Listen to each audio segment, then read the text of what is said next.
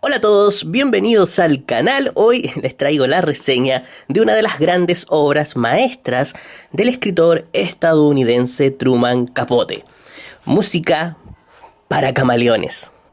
Bueno, ¿por qué se le considera una de sus obras maestras? Porque es su trabajo final, donde pone en práctica todo lo que aprendió como escritor a lo largo de su vida.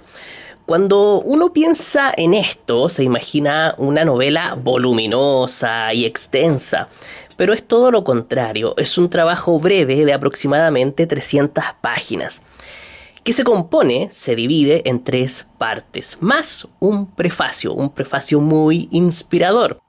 En él, Capote nos habla de su vida de escritor y de cómo desde muy pequeño se quiso convertir en uno. Tanto así que desde los 8 años se dedicó a construir su propio estilo.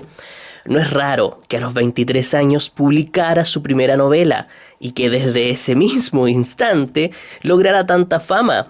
Claro, llevaba 14 años practicando todos los días, 14 años escribiendo, pero él no practicaba como una diversión o un entretenimiento, sino como una maldición. Cuando Dios nos ofrece un don, al mismo tiempo nos entrega un látigo, y este solo tiene por finalidad la autoflagelación. Y esto lo descubre Capote a muy temprana edad. Se da cuenta de que hay una gran diferencia entre escribir y escribir bien. Dejé de divertirme cuando descubrí la diferencia entre escribir bien y mal, y luego hice un descubrimiento más alarmante aún: la diferencia entre escribir muy bien y el verdadero arte. Arte, quizá esa sea la palabra adecuada para este trabajo. Una pieza de arte. Después de la publicación de A Sangre Fría, que fue en 1966, Capote escribió algunos cuentos, artículos de viaje, algunos guiones cinematográficos, y recién publica su siguiente libro en 1980, Música para Camaleones. En ese espacio de tiempo, de al menos 14 años, su literatura sufre un cambio importante. Música para Camaleones marca una nueva y última era, una nueva y última etapa para el autor. Una etapa en donde ficción y no ficción se mezclan definitivamente para engendrar el arte perfecto. En A Sangre Fría, Capote se ocultaba como narrador para ceñirse a los hechos previamente documentados con pulcritud. Documentación obtenida gracias a su bagaje como periodista. Entonces, ¿qué es lo que hacía aquí? Un acto de invisibilidad. ¿Para qué? Para dar paso a una historia de asesinatos, una historia real, lo que coronaba su momento como escritor de no ficción pura. Su cumbre como no ficción pura es A Sangre Fría. En cambio, en Música para Camaleones desaparece esta no ficción pura y la matiza con rasgos de ficción. Esto lo transforma en esto. Aquí el autor ya no se oculta como narrador, todo lo contrario. Él es el protagonista de todos los cuentos y relatos que hay en este libro. Los crea a partir de sus propias experiencias, de sus recuerdos y memorias.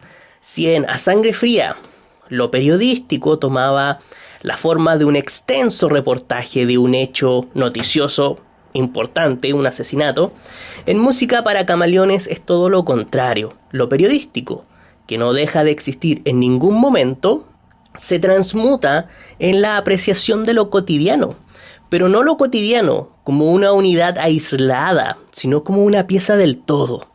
Si el periodismo busca informar sucesos importantes, ser un amplificador de la información, Capote conserva esa idea para destacar lo trivial, lo intrascendente, lo que es aparentemente insignificante. Y ahí está lo bello de este libro, porque hasta lo trivial puede ser un gran tema si está contado de la manera adecuada. Por lo tanto, al igual que en A Sangre Fría, él sigue mezclando las técnicas del periodismo y de la literatura. Las sigue mezclando para crear textos únicos, pero no lo hace de forma opuesta. Ya no es un gran acontecimiento, sino una suma de pequeños momentos, de instantes en la vida de gente cotidiana, pero desde el espacio personal del autor. Y ya no es a través de entrevistas concienzudas, como lo hacía aquí, sino a través del recuerdo y anotaciones de conversaciones triviales, casuales, con personas corrientes, con amigos, con conocidos, y con el apoyo de correspondencia antigua y notas de su diario personal. Todo eso lo combina con diversas técnicas narrativas. Construye este libro que, como les decía, consta de 3 partes. La primera parte, bueno, lo primero que vamos a encontrar es el prefacio. Es un prefacio que tienen que leerlo, es realmente genial. La segunda parte, bueno, después del prefacio, sigue Música para Camaleones, que sería oficialmente la primera parte del libro. Y está compuesta por 6 cuentos o relatos. Esta será la única parte del libro en donde veremos un estilo narrativo más convencional, más apegado al cuento tradicional, pero con Capote como centro de la acción y con unos giros muy buenos en cada uno de los cuentos. La segunda parte del libro se llama, aquí la vamos a ver, Féretros tallados a mano. Es una novela corta que es muy parecida a Sangre Fría en el sentido que nos relata una serie de crímenes. Y nos dice, como subtítulo, narración verídica de un crimen americano. Nos está queriendo decir de que esta novela se parece mucho a Sangre Fría porque es un suceso verídico. ¿Qué nos cuenta en esta historia? Se trata de asesinatos en serie. Las víctimas reciben por correo un féretro, un ataúd, tallado a mano. Y luego, desde que lo reciben, después pasa un tiempo, y son asesinadas. Es una historia genial y Capote la cuenta de la misma forma en que él conoce el caso, a través de la amistad con el investigador principal del caso. Pero a partir de esta novela ya vemos un cambio en la narración. Ya no es igual que en la primera parte del libro. Aquí se sale de lo tradicional y empieza a jugar con una mezcla entre descripciones, acotaciones, reproducciones de diálogos. Les voy a mostrar cómo coloca los diálogos Capote. Así, miren. Si se fijan, pone TC porque es él mismo dentro de la historia, Truman Capote, y con Jake, que es la persona con la que está hablando. Así son los diálogos en esta historia, como un guión cinematográfico. Es como si cada palabra, cada diálogo que tuvo con el investigador del caso, lo hubiese escrito y que luego lo hubiese reproducido tal cual en el libro, como si transcribiese una entrevista. Y no son solo diálogos, sino que también utiliza documentos fotográficos y epistolares. Básicamente es como si hiciese una reconstrucción de lo que él vivió.